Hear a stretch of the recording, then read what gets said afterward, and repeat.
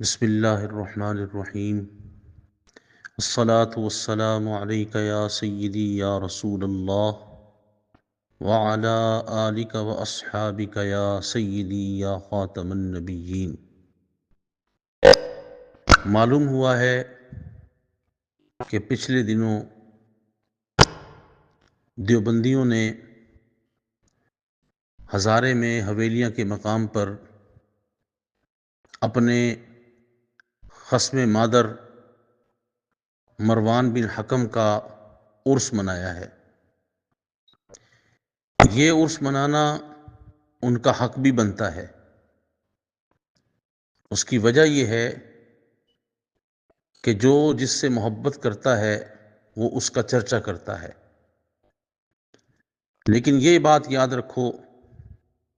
جس طرح دیوبندیوں وہابیوں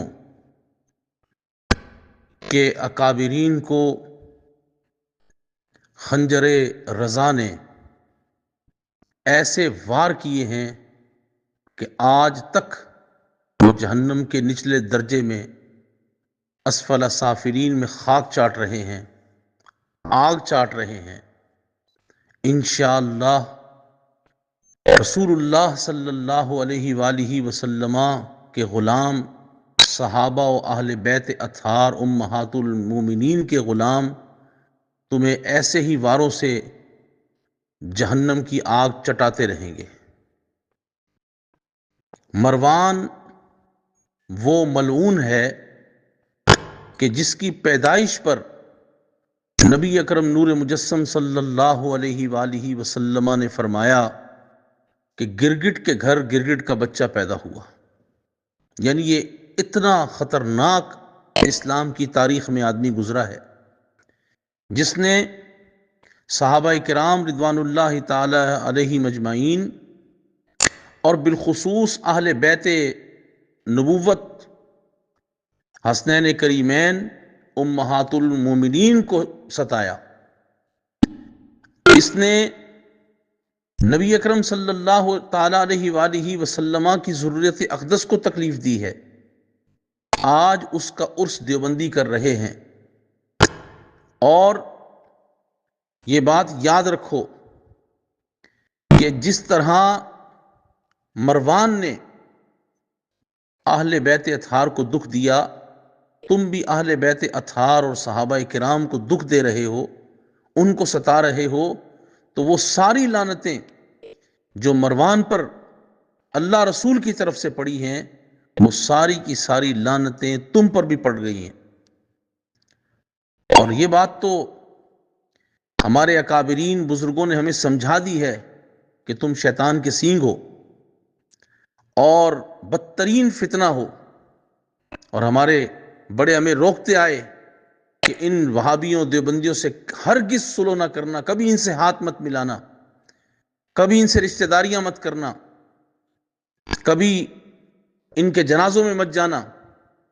ان سے ہر قسم کا تعلق توڑ کر رکھنا۔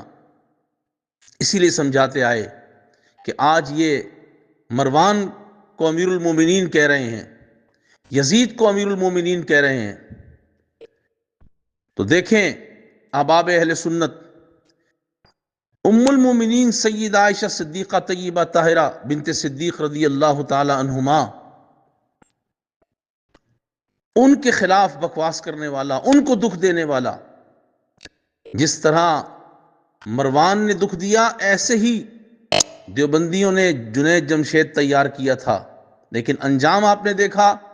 جنید جمشید کو کس طرح اللہ تبارک و تعالی جل شانہ نے عبرت کا نشان بنا دیا، اور اس کی قبر میں کوئلے دفنائے گئے۔ اسی طرح حویلیاں کے یہ جو لانتی ساری کائنات میں سب سے بدترین مخلوق دیوبندی وہابی، یہ سارے کے سارے اسی طرح اپنی قبروں میں جائیں گے، اور ان کی قبریں کھول لی جائیں۔ جس جس دیوبندی کی قبر آپ کھولیں گے، آپ کو اس میں سے کائنات کی بدترین مخلوق نظر آئے گی۔ یعنی میں نام نہیں لیتا کہ اس کو خنزیر نظر آئے گا یا کتا نظر آئے گا، نہیں، بلکہ اس میں کائنات کی بدترین مخلوق نظر آئے گی، کیونکہ یہ رسول اللہ صلی اللہ تعالیٰ علیہ وسلم کے بھی گستاخ ہیں، حضور علیہ الصلوۃ والسلام کی آل پاک اور حضور کے صحابہ کے بھی گستاخ ہیں۔ کہتے تو ہیں میں نوکر صحابہ تھا، اور حالت یہ ہے کہ یہ صحابہ کرام کو ستانے والے اور اہل بیت اطہار کو ستانے والوں کے ساتھ ہیں۔ اس لیے یہ وقت ہے اہل سنت و جماعت کے جاگنے کا کہ دیوبندی و وہابیوں سے ہر قسم کا تعلق ختم کر دیا جائے۔ اور مروان یہ تو وہ خبیث ترین شخص تھا کہ رسول اللہ صلی اللہ علیہ وسلم نے فرمایا میرا منبر میرے حوض پر واقع ہے۔ اس نے رسول پاک صلی اللہ تعالی وسلم کے منبر اقدس شریف کو اکھاڑ کر دمشق لے جانے کی کوشش کی، اور مدینہ طیبہ مطہرہ شریف میں اس وقت اندھیرا چھا گیا، پھر وہ منبر شریف وہاں سے ہٹایا نہیں گیا۔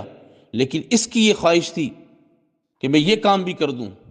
یعنی ہر زاویے سے یہ اللہ کے رسول صلی اللہ تعالی علیہ وسلم سے بغض رکھتا تھا۔